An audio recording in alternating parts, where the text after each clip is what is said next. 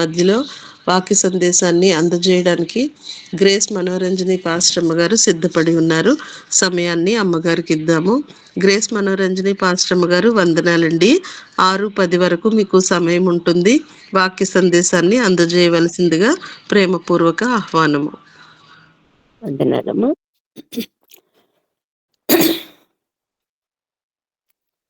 ప్రభువుకు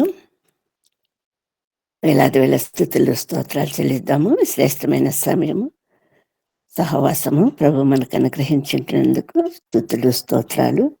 చేరి వచ్చిన మీ అందరికీ కూడా ప్రభు పేరట శుభాభివందనాలు.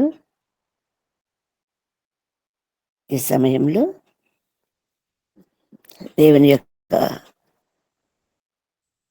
వాక్యము ధ్యానించడానికి ఇచ్చిన సమయము శ్రేష్టమైన సమయం ఉంటుండగా ప్రభు మనతో మాట్లాడలాగున, ఆయన పరిశుద్ధ స్వరము మనకు వినపడ చేయలాగున మనం అప్పగించుకుంటూ చిన్న ప్రార్థన చేసుకుందాము.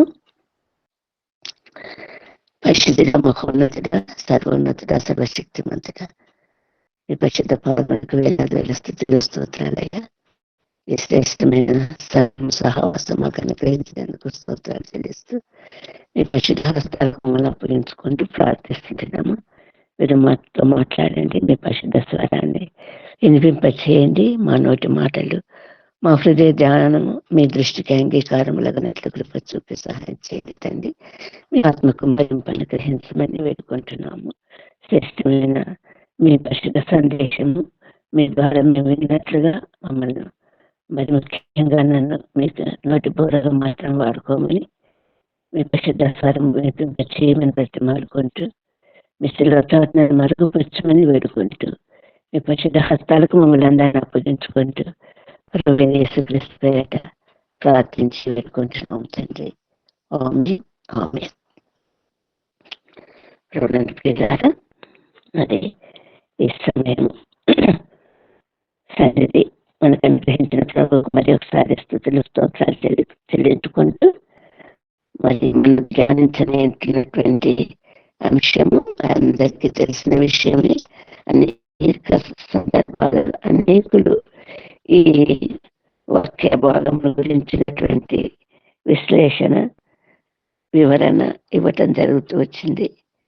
మరి మనకు ఏర్పరచబడినటువంటి వాక్య భాగం ఈరోజు లూకా సువార్త 2వ అధ్యాయము 8వ అధ్యాయం 8వ వచనం నుండి 20వ వచనంలో గల ముఖ్యమైనటువంటి అంశాలను గురించి ప్రభు మనతో మాట్లాడినందుకు స్తోత్రాలు చెల్లిస్తూ ఆయన ద్వారా దివ్యమైన సందేశం మనకు అనుగ్రహించలాగా మరి ఒకసారి ప్రభుని ప్రార్థించుకుందాము. ఈ సమయంలో మనము ఒక విషయం జ్ఞాపకం చేసుకుందాము. వాతావరణ శాఖ వారు ప్రతిరోజు మరి ఆ దినానికి సంబంధించినటువంటి అంశాలను, వాతావరణంలో జరిగే మార్పులను గురించి హెచ్చరిక జారీ చేస్తుంటారు. అధిక ఉష్ణోగ్రత, గాలిలో తేమ, ఆర్ద్రత, చెదురు మధ్య వచ్చే వర్షాల గురించి, రాబోయే తుఫాన్ల గురించి, ఇలాంటి విషయాలన్నీ కూడా హెచ్చరికలు జారీ చేస్తూ ఉంటారు. అనుదినం 2025 సంవత్సరాల క్రితం ప్రభు జనను గురించినటువంటి మరి ఒక ప్రకటన వెలువడినటువంటి అంశము మనకి ఇక్కడ కనిపిస్తా ఉన్నది. లూకా సువార్త 2వ అధ్యాయంలో మరి అందులోని ఆ ప్రభు యొక్క అధ్యయనం గురించినటువంటి వర్తమానము, ఆ సందేశము, మన గురించి ప్రభువుకు కలిగినటువంటి ఉద్దేశము ప్రభు మనకు అర్థం చేయలాగున కృప చూపును కాక. ఈ సందర్భంలో మరి ఆ వాక్య భాగంలోనికి వస్తే 8వ వచనం నుండి మనం చూస్తే, 2వ అధ్యాయము 8వ వచనం నుండి మనం చూస్తే అక్కడ 8వ వచనంలో దేశంలో కొందరు గొర్రెల కాపరులు పొలములో ఉండి రాత్రి వేళ తమ మందను కాచుకొనిచుండగా ప్రభువు చాలు థ్యాంక్ యూ. మరి ఇక్కడ గొర్రెల కాపర్లు కనిపిస్తుంటున్నారు. పొలములో ఉన్నట్లు కనిపిస్తా ఉంది. గొర్రెల కాపర్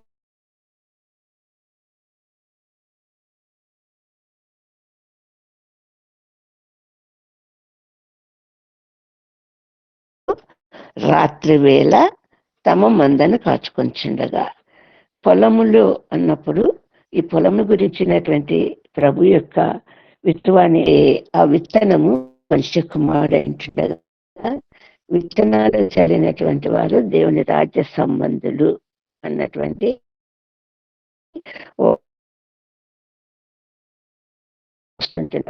13వ అధ్యాయం 37వ వచనంలో మనం చూస్తుంటున్నాము. ఈ పొలంలో అది కూడా విత్తనాలు, పొలంలో గొర్రెల కాపర్లు కాచుకొంచుండగా, రాత్రి వేళ ఒకటి మంద ఒకటి కాచుకొని చుండగా. అంటే ఇక్కడ రాత్రి వేళ అంటే చీకటి. ఈ చీకటి సమయాన్ని గురించి మనం గుర్తు చేసుకుంటున్నప్పుడు ప్రభు జననానికి ముందు మరి ప్రవక్తల ప్రవచనాలు ముగించిన సందర్భము మనం చూస్తే ఆ పీరియడ్ రెమినెంట్ పీరియడ్ అంటాము. అది చీకటి సైలెంట్ పీరియడ్. మరి దేవుని యొక్క వర్తమానం కానీ, ఉపదేశాలు కానీ, ప్రవచనాలు కానీ, కళలు కానీ, దర్శనాలు కానీ ఎవరికి రాని అది కాలం. అది దగ్గర 400 సంవత్సరాల కాలము. ఆ కాలములో మరి అది చీకటి ఉన్నాయి. ఆ రాత్రి వేళ తమ మందను కాచుకొంచుండగా, గొర్రెల మందను కాచుకుంటున్నారు. వీళ్ళు గొర్రెల కాపర్లై ఉంటున్నారు. వారు ఒక బాధ్యతతో కూడినటువంటి జీవితంలో ఉంటున్నారు. ఆ రాత్రి వేళ మందను కాచుకోవాలంటే మరి అనేకమైనటువంటి ప్రమాదాలు జరగవచ్చు. క్రూర మృగాల నుండి గొర్రెలకు నష్టం కలగవచ్చు, ప్రాణహాని కలగవచ్చు. కాబట్టి జాగ్రత్తగా ఆ రాత్రి వేళ కాచుకుంటూ ఉన్నటువంటి సందర్భం మనకి ఇక్కడ కనిపిస్తూ ఉంది. ఈ సందర్భంగా ప్రభు ఆ చీకటిని తొలగించి సంపూర్ణంగా వెలుగును ప్రసాదించటానికి క్రీస్తు యొక్క జననము. క్రీస్తు ఎందుకు పుట్టాడంటే మరి ఆయనే లోకానికి వెలుగై ఉంటున్నాడు. ఆ వెలుగు అన్నది, ఆ క్రీస్తు యొక్క జననం అన్నది చీకటిలోను మరణాఛాయలోను కూర్చున్న వారికి వెలుగుచుటకై ఆయన ఈ లోకంలో జన్మించినాడు అన్నటువంటి పరిశుద్ధ సత్యం మనకందరికీ తెలుసు. ఆ చీకట్లో కూర్చున్న వారికి వెలిగించుటకే ప్రభు జననం ఇచ్చిన సందర్భము మనం చూస్తుంటున్నాము. ప్రభువు అటువంటి సమయంలో ప్రభువు దూత వారి యొద్దకు వచ్చి నిలిచెను. ప్రభు మహిమ వారి చుట్టూ ప్రకాశించినందున వారు మిక్కిలి భయపడి గొప్ప వెలుగును చూస్తుంటున్నారు కాపర్లు. ఆ వెలుగును చూసి భయపడినటువంటి సమయము, సందర్భము మనకి ఇక్కడ వినిపిస్తా ఉంది. ఈ వెలుగు, క్రీస్తు సంబంధులు వెలుగులో జీవిస్తారు. ఆ వెలుగు నిత్యము ఆ వెలుగులో జీవించాల్సినటువంటి అవసరం ఉంది. ఎందుకు ప్రభు జననము జరిగింది, ఎందుకు ప్రభు ప్రత్యేకంగా గొర్రెల కాపర్లకు మొట్టమొదటిగా ఆయన పుట్టినటువంటి సమాచారం అందచేయబడింది. లోకంలో ఎంతో మంది ధనికులు ఉన్నారు, ఆధిక్యత కలిగిన వారు ఉన్నారు, రాజులు ఉన్నారు. మరి అటువంటి వారికి వర్తమానం అందకుండా కేవలం గొర్రెల కాపర్లకు మాత్రమే మొట్టమొదటిగా ప్రభు మరి ఆ వర్తమానం అందించటానికి గల కారణం ఏంటి? తర్వాత ఎన్నో భవంతులు ఉన్నాయి, రాజనగర్లు ఉన్నాయి, గొప్ప గొప్ప ఇళ్ళు ఉన్నాయి. అటువంటి వాటిలో పుట్టకుండా ప్రభు కేవలం పశువుల పాకని ఎంచుకొని పశువుల తొట్టిలో పరుండినటువంటి యేసుక్రీస్తు ప్రభుని గురించినటువంటి వర్తమానము గొల్లలకు తెలియజేయబడటం మనము చూస్తుంటున్నాము. మరి ఇక్కడ వారు ఆ వెలుగును గురించినటువంటి విషయానికి వచ్చినప్పుడు ప్రభు ఆ వెలుగును ప్రసాదించటానికి మరి ఈ లోకంలోకి వచ్చాడు. ప్రపంచమంతా చీకటి కమ్ముకొని ఉంటున్నటువంటి అంధకారంలో ఉన్నటువంటి జీవితాలు కలిగినటువంటి ఆ జీవితాలను ప్రభు ఉద్ధరించటానికి, వెలుగులోనికి నడిపించటానికి ప్రభు ఇక్కడ మనకు దర్శనమిస్తుంటున్నట్టు, ఆయన జననం కలిగినట్లు దేవుని యొక్క వర్తమానము తెలియజేయబడతా ఉంది.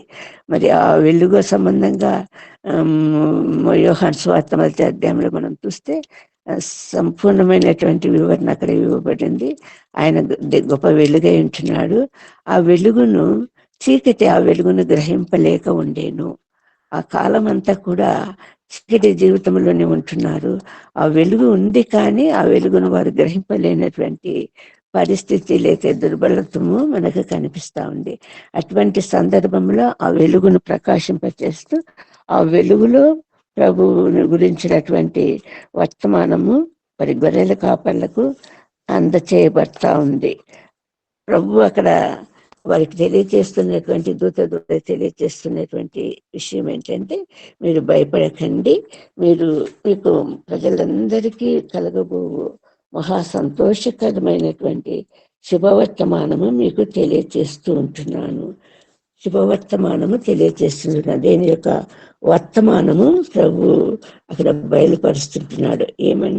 ఏంటి ఆ శుభవర్తమానం అంటే, ఆది యందు వాక్యం ఉండెను, వాక్యము దేవునితో ఉండెను, వాక్యము దేవుడే ఉండెను.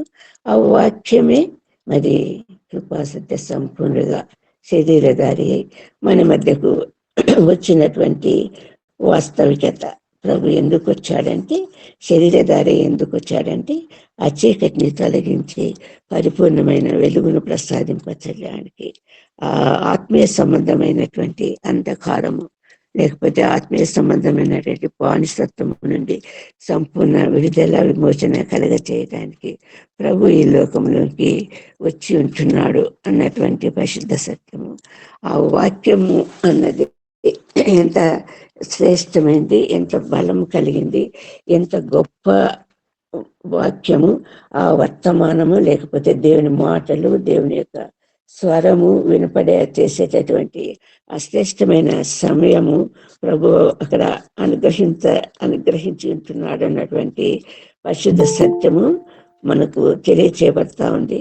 ఈ సందర్భంగా మరి ఆ వాక్యం గురించినటువంటి విషయానికి వస్తే, అది వాక్యం, దేవుని యొక్క వాక్యం అనేది రెండంచుల ఖడ్గమై ఉంటున్నది. దేవుని యొక్క వాక్యం అనేది ఒక అర్థమై ఉంటున్నది. దేవుని యొక్క వాక్యం అనేది ఒక చాకలి వాడి చేతిలోని సబ్బు లాంటిది, కంసారి చేతిలోని సుత్తె లాంటిది. అది రెండంచులు గలగా ఖడ్గమై ఉంటున్నది. ఈ రెండంచులు కలిగినటువంటి ఈ ఖడ్గము లేకపోతే దేవుని వాక్యము, దేవుని గురించినటువంటి ఆ పరిశుద్ధ సత్యము మనము దాని గురించినటువంటి ధ్యానానికి వస్తే,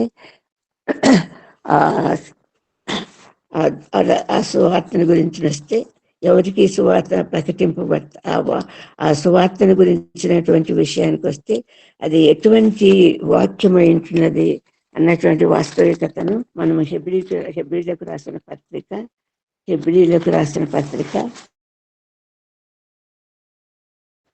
4వ అధ్యాయము 12వ వచనం నుండి చూస్తామండి. హెబ్రీలకు రాసిన పత్రిక 4వ అధ్యాయము 12వ వచనం నుండి మనకు చూస్తే, దేవుని వాక్యము సజీవమై బలము కలదై రెండంచులు కలిగినటువంటి ఖడ్గం కంచెను వాడిగా ఉండి ప్రాణాత్మలను, కీళ్లను, మూలుగను విభజించినంత మట్టుకు దూరుచు హృదయం యొక్క తలంపులను మరి ఆలోచనలను శోధించుతున్నది. అంత శక్తి కలిగినటువంటి దేవుని వాక్యము. ఈ దేవుని వాక్యం ఎలాంటిదంటే, జీవం కలిగినదై, బలం కలిగినదై, రెండంచులుగా ఖడ్గము, అంత వాడగలిగినటువంటి ఖడ్గము. ఇది మనిషి యొక్క శరీరములోనికి ఎంత మట్టుకు పోతుందంటే, ఆ ఎముకలను చొచ్చుకొని ఆ ఎముకలలో ఉండ మూలుగను మరి ఛేదించేటటువంటి వాడి అయిన ఖడ్గంగా ఇక్కడ దేవుని వాక్యం లేఖనం మనకు తెలియచేస్తా ఉంది. దీంట్లో ఉన్నటువంటి శ్రేష్టమైనటువంటి అంశము లేకపోతే అర్థము ఏంటంటే, మూలుగను విభజించు. మూలుగ అన్నది మనిషి యొక్క శరీరానికి చాలా అవసరమైనటువంటిది. ఇది ఎక్కడ ఉంటుందంటే, ఎముకలలో లోపలి భాగంలో, లేకపోతే మజ్జ అంటాం, దీన్ని మూలుగ అంటాము. ఈ మూలుగ యొక్క ప్రాధాన్యత లేకపోతే విశిష్టత ఎంత గొప్పదంటే, ఆ మూలుగ శరీరానికి అవసరమైనటువంటి శ్రేష్టమైనటువంటి రక్తంలో ఉండవలసినటువంటి ప్రాధాన్యత కలిగినటువంటి అంశాలను ఆ మూలుగ వృద్ధి చేస్తుంది, అభివృద్ధి చేస్తుంది, మరి కలగ చేస్తుంది. ఆ మూలగలో మనం చూస్తుంటాము. మనం బ్లడ్ టెస్ట్కి వెళ్ళినప్పుడు ఆ బ్లడ్ టెస్ట్ రిపోర్ట్లలో మెయిన్ మనం చూసేది ఏంటంటే ఎర్ర రక్త కణాలు, తెల్ల రక్త కణాలు, ఆ ప్లేట్లెట్స్ అన్నటువంటి వివరణ ఖచ్చితంగా ఉంటుంది. ఎర్ర రక్త కణాలు అన్న దాంట్లో హ్యూమోగ్లోబిన్ అనే పదార్థం ఉంటుంది. అది ఆక్సిజన్ శరీరం అంతటికీ అందజేసేటటువంటి అతి ప్రాధాన్యత కలిగినటువంటి కణభాగం. అది రెడ్ బ్లడ్ కార్పసల్స్ అంటాం, సెల్స్ అంటాం. ఆ సెల్స్ వలన మన శరీరానికి అవసరమైనటువంటి ఆక్సిజన్ అంతా కూడా సప్లై అవుతుంది. ఈ రక్త కణాలు రక్తంలో తగ్గిపోయినాయంటే అనిమిక్ అయిపోతాము, అనిమియా అనేది ఏర్పడుతుంది. దానివలన మన శరీరంలో ఆక్సిజన్ అందక ఆయాసం అనేది ఏర్పడుతుంది. అది కరెక్ట్గా ఎంత భాగం ఉండాలి, ఎంత పర్సెంటేజ్ ఉండాలో అంత పర్సెంటేజ్ ఉండాలి. అది వృద్ధి చేసేది, కలుగ చేసేది, సృష్టించేది, అభివృద్ధి చేసేది మూలుగానే. రెండవది ఏంటంటే తెల్ల రక్త కణాలు. ఇవి కూడా శరీరానికి అతి ప్రాధాన్యతమైనవి. ఇవి మనిషి యొక్క ఇమ్యూనిటీని పెంచేవి. ఇవి శరీరంలో ప్రవేశించి బ్యాక్టీరియాతో ఫైట్ చేసేటటువంటి కణాలై ఉంటున్నవి. మనకు రోగాలు, జబ్బులు వచ్చినప్పుడు ఆ బ్యాక్టీరియా, దానికి సంబంధించిన బ్యాక్టీరియా లోపల ప్రవేశించినప్పుడు సాధ్యమైనంత వరకు దానికి ఆ ఇమ్యూనిటీ కలగచేసి అది మనకు రోగం కలగకుండా కాపాడేటటువంటిది ఈ వైట్ బ్లడ్ సెల్స్. కాకపోతే వీటి యొక్క నిర్దిష్టమైన సంఖ్య ఉంటుంది. దాన్ని మించితే దేనికైనా ప్రమాదమే.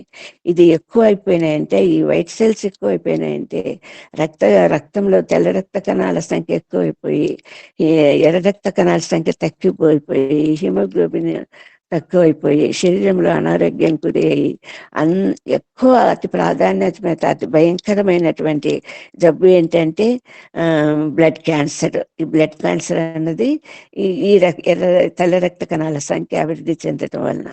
ఇంకా అతి శ్రేష్టమైనది ప్లేట్లెట్స్. అంటే ఇవి రక్తము గాయాలై రక్తం స్రవిస్తే ఆ రక్తం విపరీతంగా స్రవించకుండా గడ్డ కట్టేటట్లు ఆపేది ఈ ప్లేట్లెట్స్. ఇటువంటి శ్రేష్టమైనటువంటి శరీరానికి ఎంత అవసరమైనటువంటి బాహ్యంగా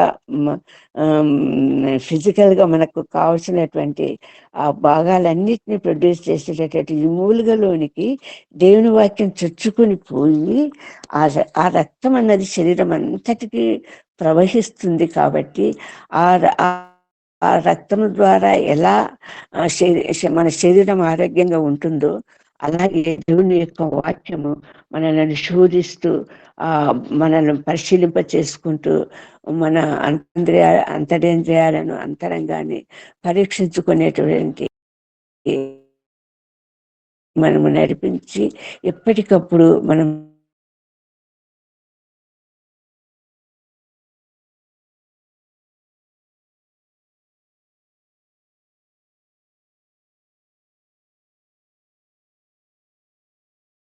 ఇంకొక ఏంటంటే యాకోబు పత్రిక మొదటి అధ్యాయము 22వ వచనం నుండి మనం చూస్తే, యాకోబు పత్రిక మొదటి అధ్యాయము 22వ వచనం నుండి మనం చూడగలిగితే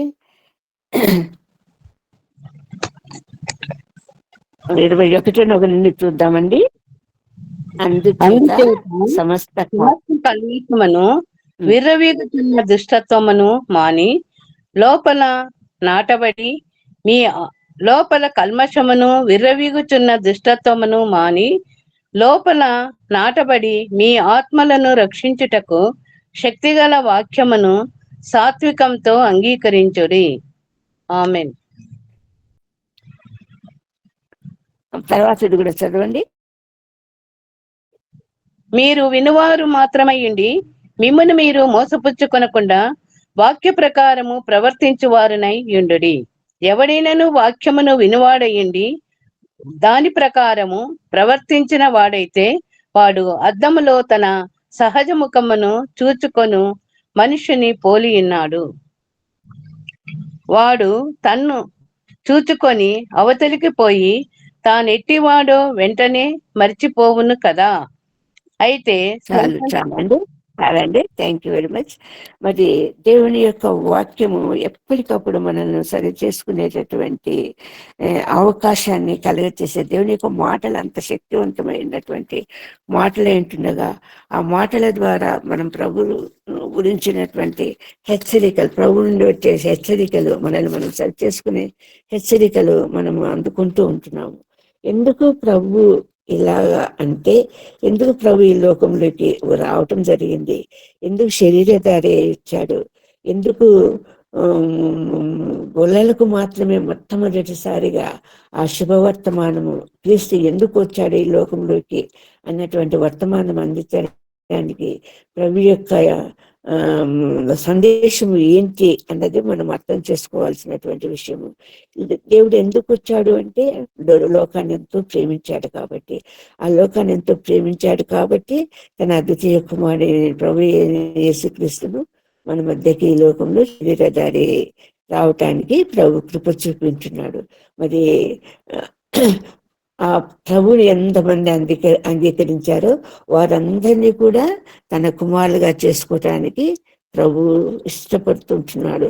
సంపూర్ణంగా ఆయన కోరుకుంటున్నటువంటి విషయం ఏంటంటే, లోకంలో పాపము ప్రబలింటుండగా ఆ పాపం నుండి విమోచింపబడి విడుదల నుండి రక్షింపబడినటువంటి వారుగా తిరిగి వెలుగులోనికి ప్రవేశించేటటువంటి ఆ చీకటి బ్రతుకుల నుండి వెలుగు బ్రతుకులోనికి రావటానికి ప్రభు చూపుతున్నటువంటి మార్గం ఒకటి మార్గం ఏంటంటే, ఆ వాక్యం శరీరధారి మన మధ్యకు రావటము, క్రీస్తుగా పుట్టటము.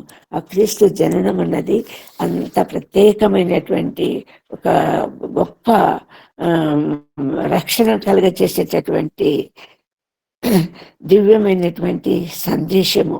ఆ చీకట్లో ఉన్న వారికి, ఆ మరణాంధకారంలో ఉన్నటువంటి వారికి, ఆ మరణఛాయలు ఏలుతున్నటువంటి జీవితాలకు వెలుగునిచ్చటానికి ప్రభు ఈ లోకంలోనికి వచ్చి ఉంటున్నాడు. మరి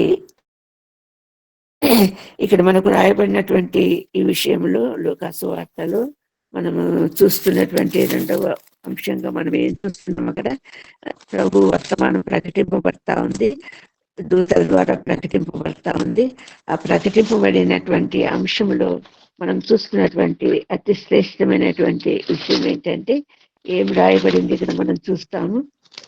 లూకాసు వార్త 2వ అధ్యాయంలోకి మనము వస్తే అక్కడ రాయబడినటువంటి విషయం ఏంటంటే, ప్రభుదూత ప్రజలందరికీ కలగబో మహా సంతోషకరమైన వర్తమానము అది ఏంటంటే, దావీదు పట్టణం నందు నేడు మీకు రక్షకుడు పుట్టి ఉంటున్నాడు, ఆయనే ప్రభువైన క్రీస్తు. క్రీస్తు జననం గురించి వర్తమానం అందుతా ఉంది. ఎవరికి అందుతా ఉంది? గొల్లలకు అందుతుంది, గొర్రెల కాపర్లకు అందుతా ఉంది. ఆ గొర్రెల కాపర్లకు తెలియజేస్తున్నటువంటి ఆ వర్తమానము ఎవరికి సంబంధించింది? ప్రజలందరికీ కలగబో సంతోషకరమైన వర్తమానము. ఎందుకు ప్రజలందరికీ? ఎందుకంటే ఆయన లోకాన్ని ఎంతో ప్రేమించాడు కాబట్టి, ఆ లోకంలో ఉన్నటువంటి ఆ పాపం నుండి సంపూర్ణంగా విడుదల విమోచన కలుగచేయటానికి కాబట్టి ఆ సమాచారము గొల్లలకు అందచేయబడుతున్నటువంటి విషయం మనం చూస్తుంటున్నాము. ఆయన ఆయన ఎవరు? ప్రభువైన క్రీస్తు. ఆయనకి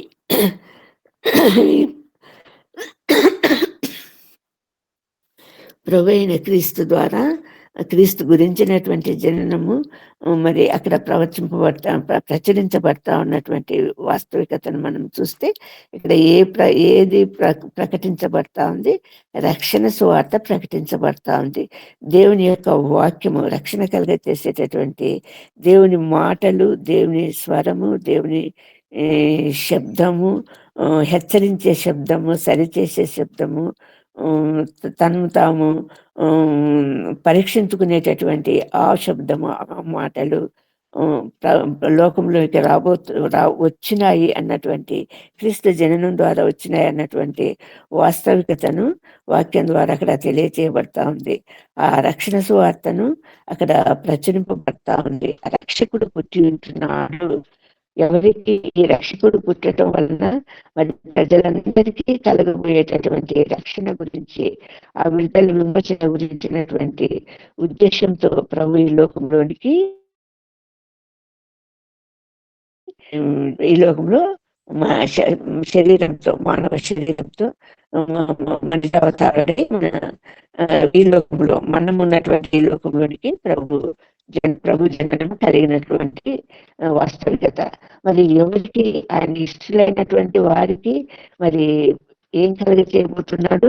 రక్షణ కలగ చేయబోతున్నాడు, సమాధానము కలగ చేయబోతున్నాడు. ఆయన ప్రభు అయిన క్రీస్తు, ఆ ప్రభు అయిన క్రీస్తు యొక్క జననం వలన మరి దేనికి ఏం కలగబోతుందంటే దేవునికి మహిమ కలగబోతుంది. ఆయనకి ఇష్టమైన మనుషులందరికీ భూమి మీద సమాధానము కలగజేయబడిపోతా ఉంది. మరి ఇష్టమైన మనుషులు ఎవరు? దేవునికి ఇష్టమైన మనుషులు ఎవరు అంటే మనము ఒక వాక్య భాగం ద్వారా వెళ్దాము. యెషయా గ్రంథము 5వ అధ్యాయము 7వ వచనం మనం చదువుకుంటే, యెషయా గ్రంథము 5వ అధ్యాయము 7వ వచనం చదువుకుంటే, ఇశ్రాయేలు వంశము సైన్యములకు అధిపతి యెహోవా ద్రాక్ష తోట, యూదా మనుషులు ఆయనకి ఇష్టమైనటువంటి వనం. ఇశ్రాయేలు వంశస్థులు మరి ఆయన ద్రాక్ష తోట. అందుకే ఏం చేశాడు ప్రభు? తండ్రి అయిన దేవుడు ఏం చేశాడు? యెహోవా ఏం చేస్తాడు? ఆ ద్రాక్ష తోటను కూర్చున్నటువంటి అతి జాగ్రత్తలు వహించి దానికి ఏమేమి చేయాలో అవన్నీ చేసినటువంటి విషయాలు మొదటి వచనాలలో రాయబడ్డాయి. ఆ పొలాన్నంతా సిద్ధపరిచాడు, దాన్ని త్రవ్వాడు, రాళ్ళని వేరాడు, శ్రేష్టమైన ద్రాక్ష తీగలు నాటాడు, చుట్టూ కంచె వేశాడు, ఎంత దానికి తొట్టి తొలగించాడు. దానికి కావాల్సినటువంటి కంచెని వేసి కావాల్సినటువంటి రక్షణ కలిగించి శ్రేష్టమైన ఫలాలు ఫలించడానికి ఎదురు చూస్తూ ఉంటున్నటువంటి ప్రభు వాక్యం అక్కడ మనకు కనిపిస్తా ఉంది. అటువంటి ప్రభు ఏ ఉద్దేశంతో నాటాడు? శ్రేష్టమైనటువంటి తీయని ద్రాక్షాలు ఫలించాలని. కాకపోతే ఇక్కడ కారు ద్రాక్షాలు కాసినటువంటి విషయం.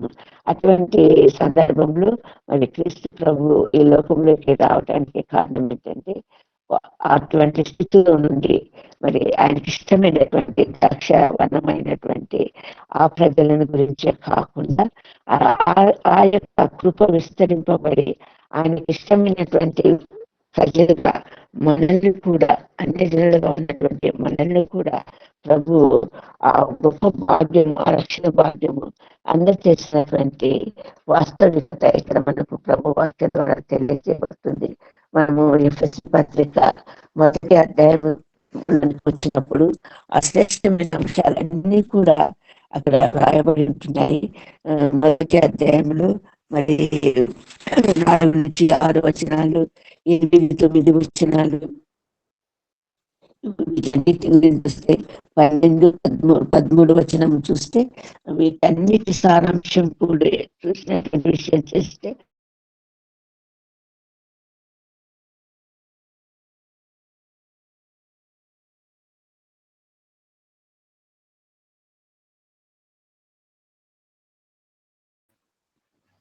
అమ్మగారు మీ మాట ఆగిపోయింది అమ్మగారు.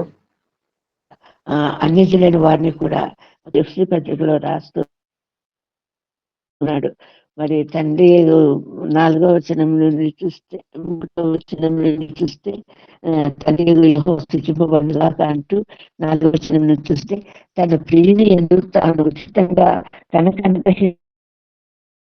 కీర్తి కలిగినట్టు తన చిత్త ప్రకారమైన దయాసంకల్ప చొప్పున తనకు కుమారులుగా స్వీకరించుటకై మనల్ని ముందుగా తన కోసం నిర్ణయించుకొని మన ఎదుట పరిశుద్ధులను నిర్దోషులుగా ఉండవాలని జగత్తు పునాది వేయకబడి ప్రభు తన కోసం మనల్ని ఏర్పరచుకున్నటువంటి ఒక గొప్ప ఆధిక్యత ప్రభు కనిపిస్తుంటున్నాడు. ఈ ఆయనకి ఇష్టమైనటువంటి ప్రభువును తన ఆత్మను నింపి మన మధ్యకు పంపించుంటున్నాడు. ఈ వాస్తవికతను మనం ఎట్లా చూద్దాము? మత్తయి సువార్త 12వ అధ్యాయము 18వ వచనం చూడండి. మత్తయి సువార్త 12వ అధ్యాయం.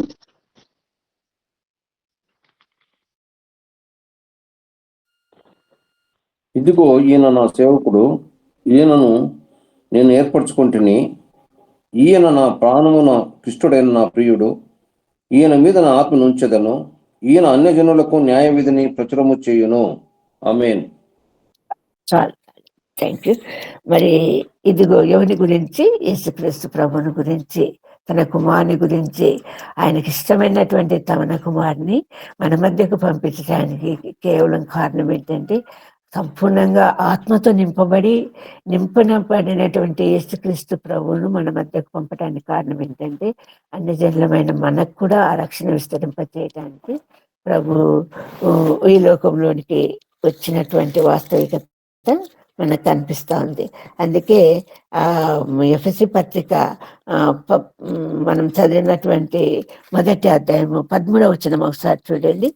ఎఫెసీ పత్రిక 1వ అధ్యాయము 13వ వచనం నుండి ఒకసారి చూస్తే, మీరును సత్యవాక్యమును అనగా మీ రక్షణ సువార్తను విని క్రీస్తునందు విశ్వాసముంచి వాగ్దానము చేయబడిన ఆత్మచేత ముద్రింపబడితిరి.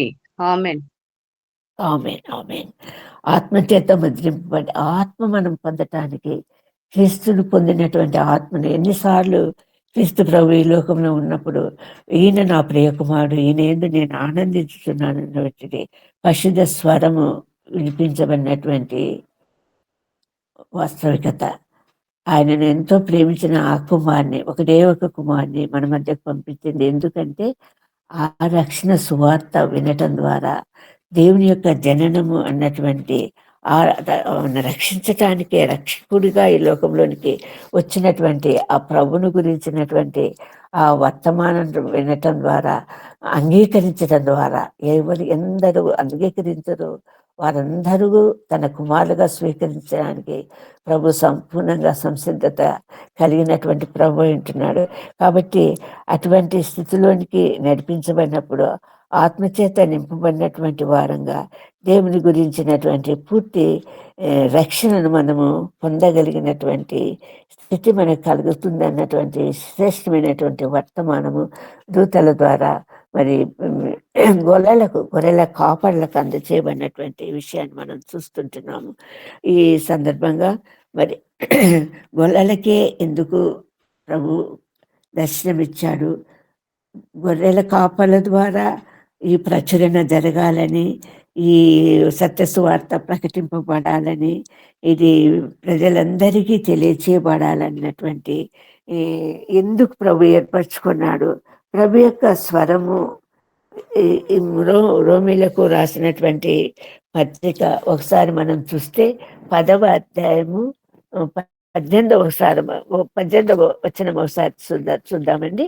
రోమీలకు రాసిన పత్రిక 10వ అధ్యాయము 18వ వచనము ఏం రాయబడిందో చూడండి. కావున ఆయన ఎవనిని కనికరింపగోరునో వానిని కనికరించును, ఎవని కఠినపరచగోరునో వాని కఠినపరచును. ఆమేన్. కాదండి,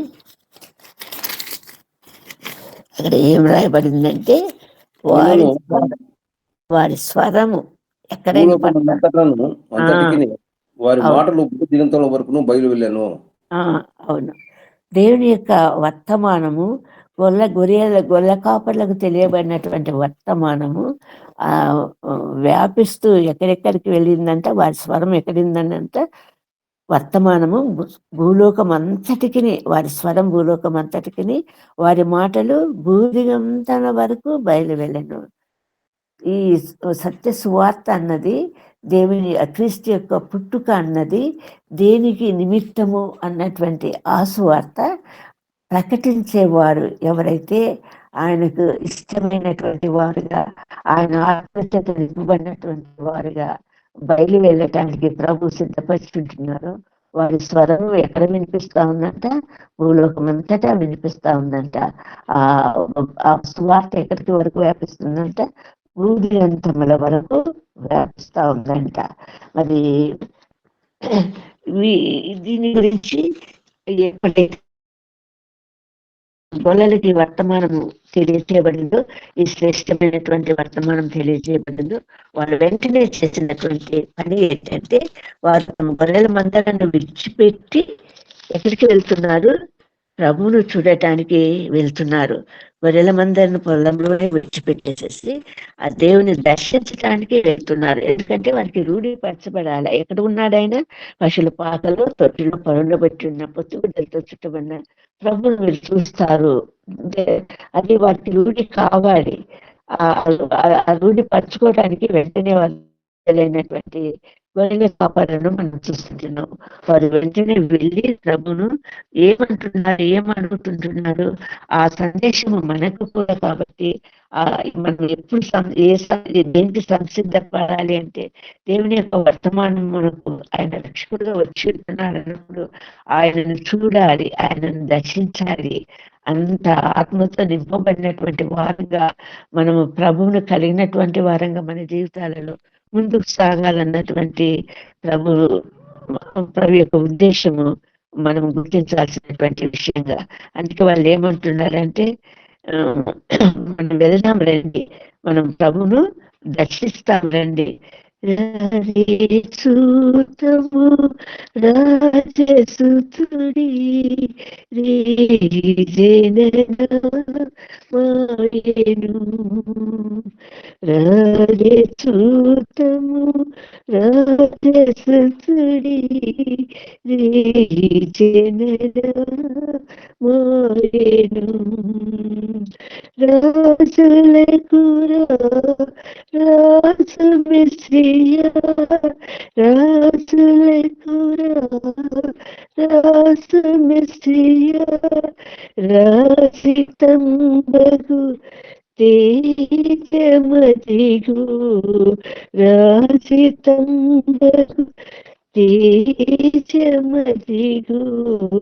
రాజసూతము రాజసుతుడి మాయను రాజసూతము రాజసుతుడి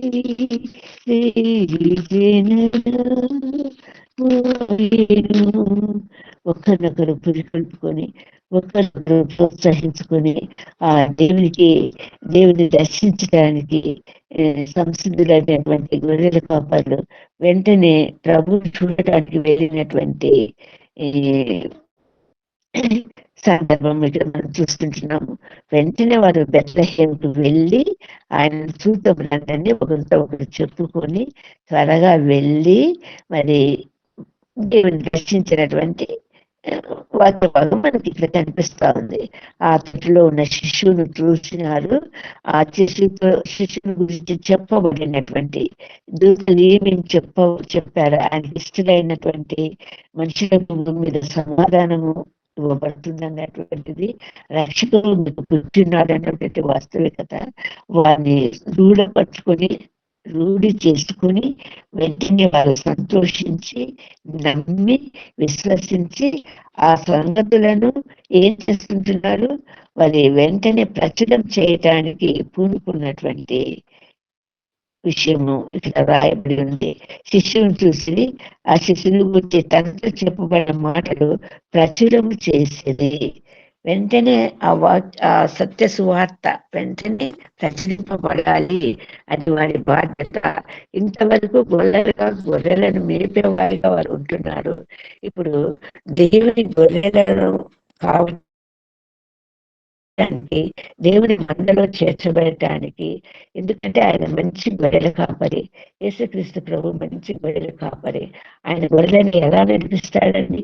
పచ్చిక బయలుకు నడిపిస్తాడు, స్వచ్ఛమైన జలములకు నడిపిస్తాడు, పాలిచ్చు వాటిని మెల్లగా నడిపిస్తాడు, నడవలేని వాటిని నడిపిస్తాడు, పూర్తిగా పసికందులుగా ఉన్న గొర్రె పిల్లలను ఎత్తుకొని నడిపిస్తాడు.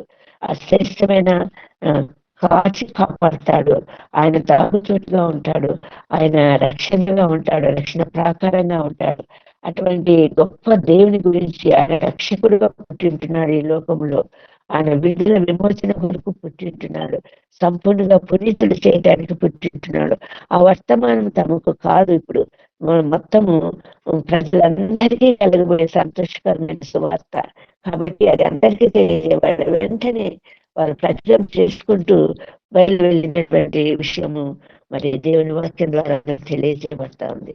అందులో దేవుడు ఎందుకు గొర్రెల కాపర్లకు మాత్రమే ఆ గొప్ప ఆధిక్యతను కలగచేస్తుంటున్నాడంటే, ఆయన గొర్రెల మందలో చేర్చబడినటువంటి వారంగా అందరూ కూడా, ప్రజలందరూ కూడా ఆయన కలగచేసినటువంటి రక్షణ, ఆ పొలం అన్నది లోకం అన్నది పొలం అన్నది లోకం అంటుండగా ఆ లోకాన్ని రక్షించడానికి యేసుక్రీస్తు యొక్క వీపు మరి దున్నబడటానికి అప్పగించబడింది.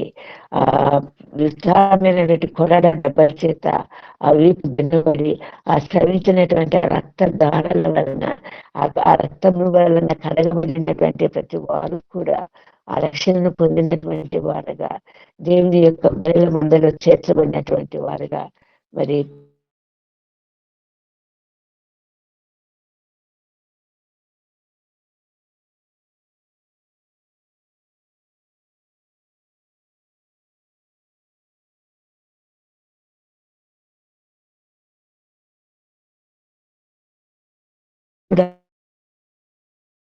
ఆయన ప్రేమించిన వారందరూ కూడా ఆయన యొక్క గొర్రెల కాపర్లు కావాలన్నది ప్రభు ఉద్దేశం ఏంటున్నది. అందుకే మరి పేతుని గురించినటువంటి ప్రభు ఆరోహణమయ్యేటటువంటి హృదయాలకు అప్పగింపబడినటువంటి వారుగా, ప్రేమ అన్నది త్యాగానికి సంసిద్ధమవుతుంది. ప్రేమ లేకపోతే త్యాగం ఉండదు. ప్రభు ఎంతగా ప్రేమించి తను తాను అప్పగించుకున్నాడు, సవిదేవ యాగంగా అప్పగించుకున్నాడు. అంతగా ప్రేమించేటటువంటి హృదయం ఉందా లేదా అని పరిశీలించి ఆయన మనుషుల పట్ల జాగ్రత్తగా చేస్తానన్నటువంటి వాగ్దానము పేతుడి పట్ల నెరవేర్చబడటానికి ఇక్కడ గొర్రెల మందను మేపమంటున్నాడు, నా మందను ఖాయమంటున్నాడు, నా మందను మేపమంటున్నాడు. మరి అటువంటి శ్రేష్టమైనటువంటి ఆధిక్యత ఇవ్వడానికి ప్రభు ఈ లోకంలోనికి వచ్చి ఉంటున్నాడు. ఆ గొర్రెల మందను కాసేటటువంటి ఆ ఆధిక్యత ప్రభు అందరికీ ఇవ్వాలన్నటువంటి ఉద్దేశం కలిగినటువంటి వాడుగా ప్రభు మరి కనిపంచు చేస్తున్నటువంటి వాస్తవికత మనకు కనిపిస్తూ ఉంది. కాబట్టి గొర్రెల కాపర్లకే ఎందుకు ప్రభు యొక్క వర్తమానము పుట్టుక గురించినటువంటి వర్తమానం ఎందుకు తెలియజేయబడిందంటే, ప్రతి ఒక్కరు కూడా ఆ వాస్తవికతను గ్రహించి ఆయనను అంగీకరించి ఆయనను విశ్వసించిన వారంతా కూడా సంపూర్ణంగా గొర్రెల కాపర్లు కాయాలని, ఆ గొర్రెల మందలో అనేకులు చేర్చబడాలని, వారిని అతి జాగ్రత్తగా కాచి కాపాడుతూ మరి దేవుని యొక్క రెండవ రాకడ వచ్చినప్పుడు అటువంటి సమూహంలో అందరూ ఉండాలన్నటువంటి ఆ ప్రజలందరికీ కలగబోయే మహా సంతోషకరమైన సువర్తమానము గొర్రెల కాపర్లకు తెలియచేయబడింది. కాబట్టి ఈ మార్కు సువార్త 16వ అధ్యాయం 15వ వచనం రాయబడింది, మీరు సర్వ సృష్టికి వెళ్ళి ఈ సువార్తను ప్రకటించండి. ఆ సర్వ సృష్టికి వెళ్ళి సువార్తను ప్రకటించేటటువంటి మొట్టమొదటి సాధనము ఎవరంటే గొర్రెలను మేపే గొర్రెల కాపరులు. ఆ గొర్రెల కాపరులు ద్వారా అందజేయబడుతున్నటువంటి సందేశం ఏంటంటే, గొర్రెల కాపరులుగా మనం కూడా ఆయనను ప్రేమించినటువంటి వారంగా, ఆయన మందను కాచేవారంగా, కాపాడే వారంగా, అతి శ్రేష్టమైనలోనికి దేవుని సన్నిధిలోనికి సహవాసంలోనికి నడిపించేటటువంటి సాధనాలుగా మనం ఉపయోగించబడాలన్నటువంటిది దేవుని యొక్క ఉద్దేశమే ఉంటున్నది. కాబట్టి ఎందుకు గొర్రెలకే ఎందుకు కనిపించాడంటే, ఆయన మంచి గొర్రెల కాపరి, ఆ గొర్రెల మందలు ఆయన దొడ్డిలు. మరి యోహాను సువార్త 10వ అధ్యాయంలో మనకు మొత్తం కూడా అధ్యాయం అంతా కూడా ఆయన ఎంత మంచి కాపరి అన్నది, ఆ గొర్రెల దొడ్డిలో ఉండాలన్నది, ఆయన స్వరం వినాలన్నది, ఆయన యొక్క నడిపింపు కావలసినటువంటి వారంగా ఆయన స్వరం వింటూ దొడ్డిలోనికి వస్తూ మేత మేస్తూ, బయటికి వస్తూ మేత మేస్తూ, మరి తిరిగి ఆయన దొడ్డిలోకి ప్రవేశిస్తూ ఆ జీవితాలను కలిగినటువంటి వారంగా ఉండాలన్న ఉద్దేశం కలిగినటువంటి ప్రభు మంచి గొర్రెల కాపరి. ఆయన లోక పాపలను మోసుకొని దేవుని గొర్రె పిల్లగా సంపూర్ణంగా మార్చబడి అర్పణగా బలిగా అర్పించుకున్నటువంటి విషయం వాస్తవికత. ఎందుకంటే ఆ శ్రేష్టమైనటువంటి ఆ గొర్రెల కాపరి యొక్క దక్షత కింద, రక్షణ కింద ఈ ఈ తను ప్రేమించినటువంటి, తను ఉద్దేశించినటువంటి, తను లోకమంతటిని ప్రేమించాడు. ఆ లోకమంతటి కూడా ఆ రక్షణను పొందినటువంటి వారంగా ఎప్పుడైతే పాపం ప్రవేశించిందో అప్పటి నుండే ప్రభు ఆ విడుదలకు, విమోచన కొరకుకు సంపూర్ణమైనటువంటి ఆ వార్త, పాత నిబంధన అంతా కూడా ప్రవక్తల ద్వారా ప్రవచించినటువంటి ప్రభు కొత్త నిబంధనలోకి వచ్చినప్పుడు క్రీస్తుని తన కుమారుని ద్వారా మనతో మాట్లాడే ప్రతి మాట ఆ సువార్త లేఖనాలలో పొందుపరచబడి ఉంటుండగా, ఆ వాక్య సందేశాలు మనం అనుదినం ఉంటుండగా దాని ద్వారా మనం బలపరచబడినటువంటి వారంగా మన జీవితాలలో ముందుకు సాగాలన్నది ప్రభు యొక్క ముఖ్య ఉద్దేశమై ఉంటున్నది. కాబట్టి మన యొక్క సంపూర్ణమైనటువంటి నిర్ణయము, లేకపోతే మనము ఆశించినటువంటి, దేవుడు ఆశించినటువంటి మన విధానము ఏంటంటే మనం వెనుకటి మర్చి ప్రభు గురిగా ఉండి మనము ముందుకు సాగాలన్నది ప్రభు యొక్క ఉద్దేశమై ఉంటున్నది. ఈటేటాను దినం అనుక్షణం ప్రభువా నీవే గురి కాగా వెనుకటివి మరచి వేగిరపడి ముందుకు పరుగుతుద ముట్టింప నీ మంచి సాక్షిగా నీ నామం ప్రకటింప నా చేయి పట్టుకో నడిపించు నా దేవా అద్వితీయ దేవా హల్లెలూయా. నా చేయి పట్టుకో నడిపించు నా దేవా అద్వితీయ దేవా హల్లెలూయా. రాజాది రాజువైయుండి మహిమా సింహాసనం వీడి ఈ భూమికి చించిందిందుక పాపుల రక్షించుటక హల్లెలూయా హల్లెలూయా హల్లెలూయా హల్లెలూయా. దేవుడి కొద్ది వాక్యమును దీవించి ఆశీర్వదించును కాక. ఆమేన్ ఆమేన్ ఆమేన్ ఆమేన్. శుద్ధరాత్రి సదనంగా దూతల హల్లెలూయా గొల్లవాండ్రకు తెలిపేను ఎందుకిట్టులు పాడెదారు క్రీస్తు జన్మించెను క్రీస్తు జన్మించెను. దూతల హల్లెలూయా. ఆ నిషిది రాత్రి గొర్రెలు కాచుకొనుచున్న కొలవాండ్రకు తెలిపాను. ప్రజలందరికీ కలుగబోవు మహా సంతోషకరమైన వర్తమానం ప్రజలందరికీ, లోకులందరికీ చాలా వివరంగా అమ్మగారు వాక్యము బోధించారు. చాలా విపులంగా మూలుగు యొక్క విశిష్టత, మూలుగంటే ఏమో అనుకున్నాము, కానీ సైంటిఫిక్గా రుజువు పరుస్తూ మూలుగు ప్రాముఖ్యతను విన్నాము, ఈరోజు గ్రహించాము.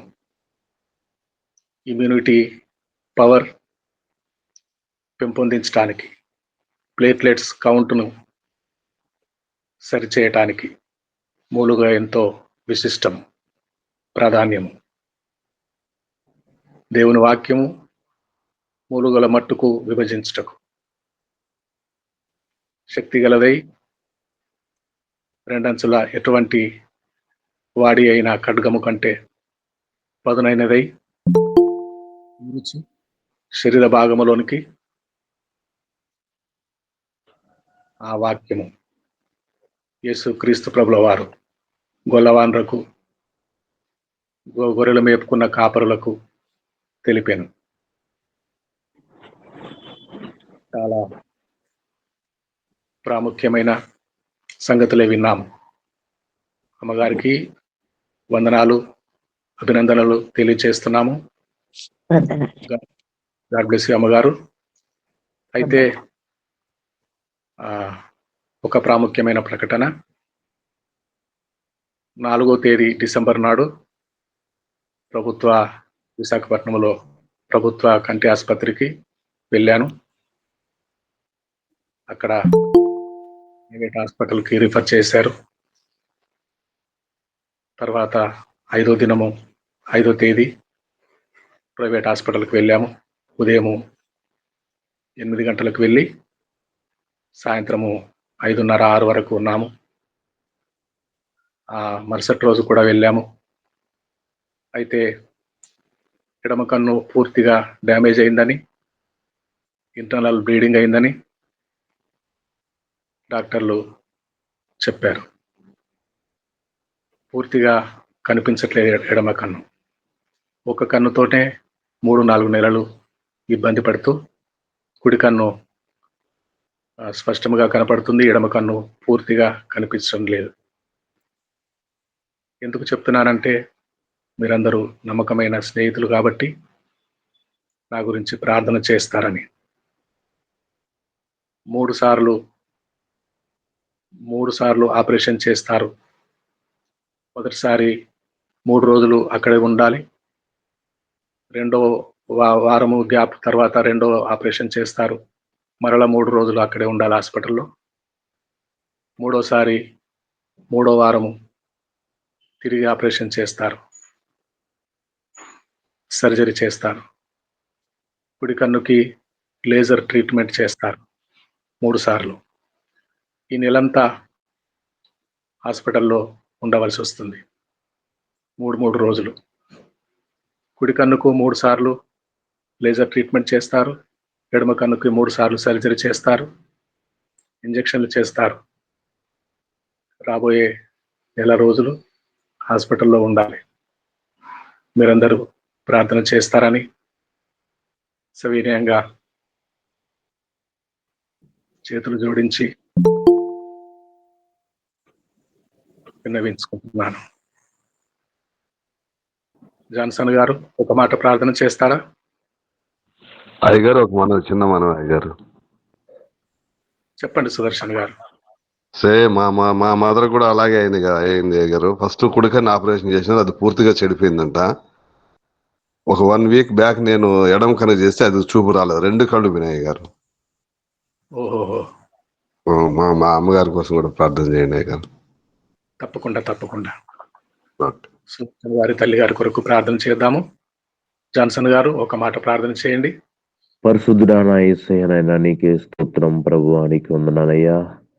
నా తండ్రి, నా ప్రియ ప్రభువా, నా యేసయ్యనైనా ఈ లోకంలోకి ఇచ్చిన నీకు శుభవార్తనైనా నువ్వు వచ్చినైనా చీకటిలో గాఢాంధకాలలో ఉన్న మమ్మల్ని ప్రభువా వెలుగులోకి తీసుకొచ్చినందుకు నీకు వందనాలు అయ్యా. నువ్వు ఇచ్చిన వెలుగున ప్రభా మా జీవితాంతోనైనా ప్రభా మేము అనుభవించడానికి, ఆ అనుభవించిన వెలుగును అనేక మందికినైనా పరిచయం చేయటానికి, తద్వారానైనా మా జీవితాలను ప్రభా, మా కుటుంబాలతో ప్రభా, ఎత్తబడి సంఘంలో ప్రభా నిలబెట్టుకోవటానికి తగిన సామర్థ్యత, రక్షణ జీవితం అయ్యా మీట్లో ఉన్న అందరికి కూడా దయచేయండి. దానానికి స్తోత్రం. విరమించిన వాక్యం బట్టి దానాన్ని దాసులను దీవించండి, మీటిని నడిపిస్తున్న దాసులను దీవించండి.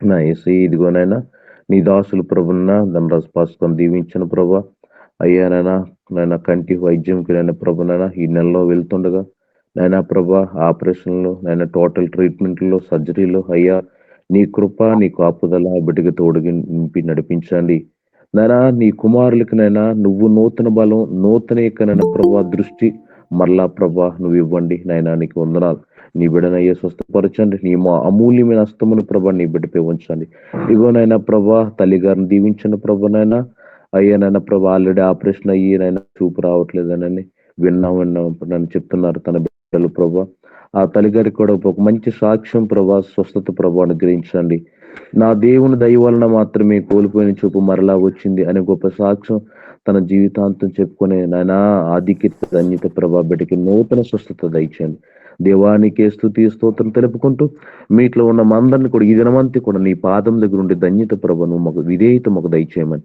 ఏ సునాములు స్తుతించి అడిగి వేడుకుంటున్నాను తండ్రి ఆమె ప్రార్థన జాన్సన్ గారికి హృదయపూర్వకమైన కృతజ్ఞతలు తెలియజేస్తున్నాము. ఇప్పుడు ప్రభు నేర్పిన ప్రార్థన చెప్తున్నామండి. ప్రభు నేర్పిన ప్రార్థన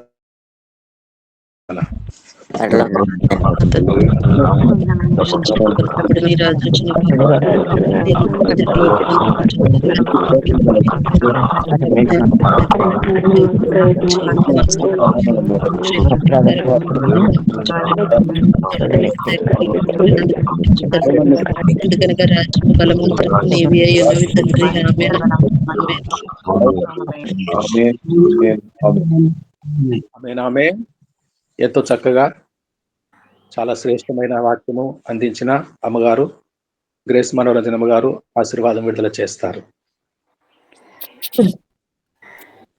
మన తండ్రి దేవుని ప్రేమ ప్రభువైన యేసుక్రీస్తు కృప పరిశుద్ధాత్మీయ కన్యని సహవాసం ఇప్పుడు ఎల్లప్పుడూ సదాకాలం మీట్లో చేరిన వారికి వారి కుటుంబాలకు చేరలేని వారికి వారి కుటుంబాలకు మరి ముఖ్యంగా ధనరాజు పాస్టర్ గారి కంటి సంబంధమైనటువంటి ఆపరేషన్ విషయంలో సంపూర్ణ ఆధిపత్యము సంపూర్ణ వైద్యుడై ప్రభు తన కార్యము జరిపించలాగన వారి నుండి అంతం వరకు ఆ కార్యము ప్రభువే జరిపించలాగన ఆయనకు తోడై ఉండును కాక.